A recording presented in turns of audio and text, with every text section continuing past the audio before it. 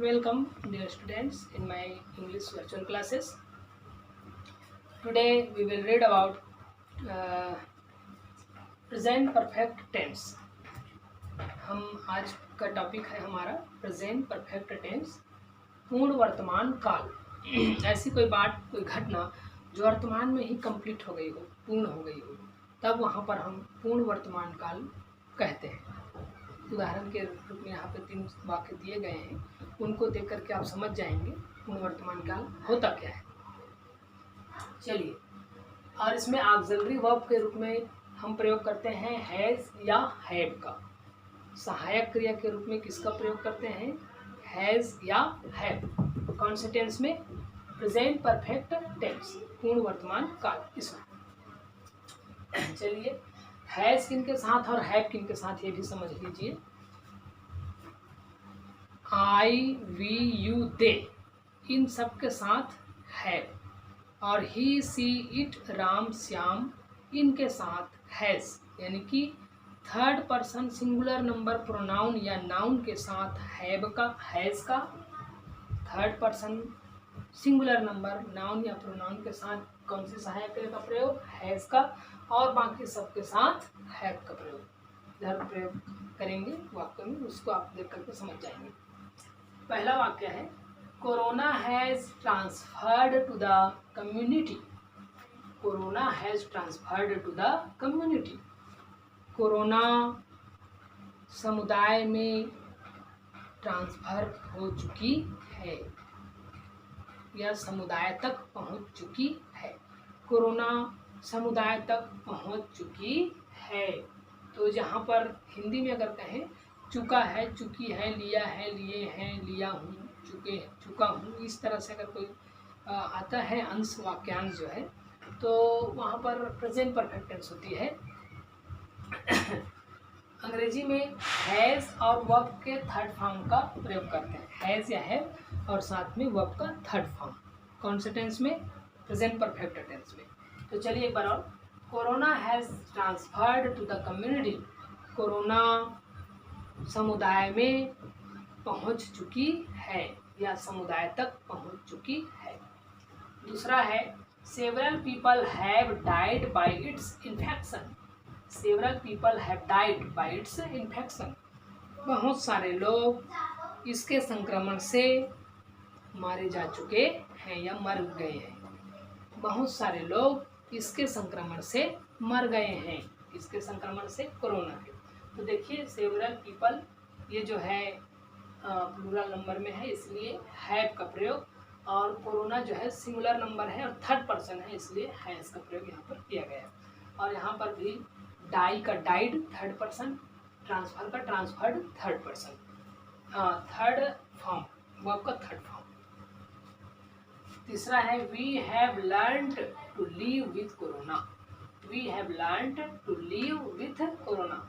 हम कोरोना के साथ जीवन बिताना सीख चुके हैं या हम कोरोना के साथ जीवन जीना सीख लिए हैं। तो यहाँ भी इन वाक्यों में काम जो है पूर्ण हो गया है, वर्तमान में ही, ज़्यादा समय नहीं हुआ है काम पूर्ण हो गए, अभी अभी वर्तमान में ही कार्य जो है पूर्ण हुआ है। तो वहाँ पर प्रेजेंट परफेक्ट टेंस जो है झलकती है। तो इन वाक्यों में प्रेजेंट परफेक्ट टेंस है। पहचानने का तरीका क्या है? हैव या हैज़ जो है सहायक क्रियाएं लगेगी, और वर्ब के थर्ड फॉर्म वो लगेगी, वर्ब का थर्ड फॉर्म। तो आप समझ जाएंगे कि वहाँ पर कौन सा टेंस है, प्रेजेंट परफेक्ट टेंस है। चलिए भाई, इसका स्ट्रक्चर देख लेते हैं। पहले तो सब्जेक्ट देख लीजिए। तीनों वाक्यों में पहले क्या है? सब्जेक्ट है, कोरोना, सेवरल पीपल, वी, ये तीनों सब्जेक्ट हैं। तो पहले सब्जेक्ट प्लस हैव या हैज़, हैव रहेगा या फिर हैज़ रहेगा, देख लीजिए। फिर वर्ब का कौन सा फॉर्म? थर्ड फॉर्म, देख लीजिए, ट्रांसफर्ड, डाइड, लर्न्ड, ये वर्ब का थर्ड फॉर्म है। फिर ऑब्जेक्ट, अब जो बचा है वो क्या है? ऑब्जेक्ट्स है। तो ये है असर्टिव सेंटेंस का स्ट्रक्चर, सामान्य वाक्य का स्ट्रक्चर। कौन से टेंस का? प्रेजेंट परफेक्ट टेंस का। अब निगेटिव सेंटेंस, इन्हीं वाक्यों का हमको अब नकारात्मक वाक्य बनाना है, निगेटिव सेंटेंस बनाने हैं। तो देखिए भाई, पहले भी आपको बताया जा चुका है पहले के पीरियड्स में कि भाई जिन वाक्यों में सहायक क्रियाएं पहले से हो, ऑक्सिलरी वर्ब पहले से हो, उनमें ऑक्सिलरी वर्ब के बाद नॉट लगा देने से सीधा सीधा वो निगेटिव सेंटेंस में कन्वर्ट हो जाते हैं। तो ऑलरेडी यहाँ भी सहायक क्रियाएं हैं, ऑक्सिलरी वर्ब्स हैं, हैज या है, तो अलग से सहायक क्रिया ऑक्सिलरी वर्ब लगाने की आवश्यकता नहीं है। सीधा हैव नॉट या हैज़ नॉट, यानी कि जो ऑक्सिलरी वर्ब है उसके बाद नॉट लगा देने से वो निगेटिव में कन्वर्ट हो जाएगा। चलिए पहला क्या होगा फिर, corona has not transferred to the community. देख लीजिए, corona has not transferred to the community, corona समुदाय में नहीं पहुंच पाया है या नहीं पहुंच चुका है, नहीं पहुंचा है। दूसरा है several people have not died by it's infection, several people have not died by it's infection, इसके संक्रमण से बहुत सारे लोग नहीं मारे जा चुके हैं। निगेटिव बना रहे हैं बस, कुछ नहीं। नेक्स्ट है we have not learn to see to live with corona, we have not learn to live with corona, हम कोरोना के बगैर जीना, कोरोना के साथ जीना नहीं सीख चुके हैं या नहीं सीख पाए हैं। चलिए ये तीनों वाक्य जो हैं निगेटिव सेंटेंस हैं, इनका स्ट्रक्चर देख लेते हैं। देख लीजिए, पहले सब्जेक्ट है कोरोना, सेवरल पीपल, वी से पहले सब्जेक्ट है, फिर हैज़ या हैव है, देख लीजिए हैव या हैज़, ये उसके बाद नॉट, सीधा ऑक्सिलरी वर्ब के बाद नॉट, फिर वर्ब का थर्ड फॉर्म देख लीजिए, ट्रांसफर्ड, डाइड, लर्न्ड, वर्ब का third form plus object, last में ऑब्जेक्ट। तो ये है प्रेजेंट परफेक्ट टेंस के निगेटिव सेंटेंस का स्ट्रक्चर। अब उसके बाद हम इंट्रोगेटिव सेंटेंस बनाएंगे, इनका ही इंट्रोगेटिव सेंटेंस, प्रश्नवाचक वाक्य बनाएंगे।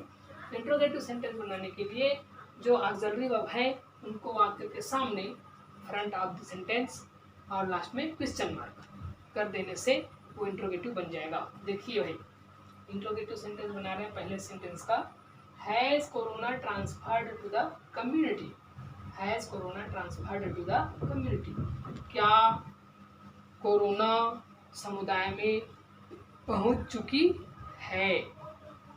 देख लीजिए, क्वेश्चन मार्क बन गया, क्वेश्चन प्रश्नवाचक बन गया।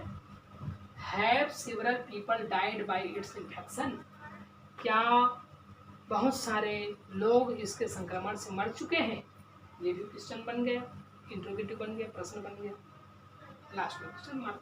तो देख लीजिए, हैज़ या हैव को वाक्य के सामने बाकी जैसे का तैसा, तो क्या बन जा रहा है, इंट्रोगेटिव सेंटेंस।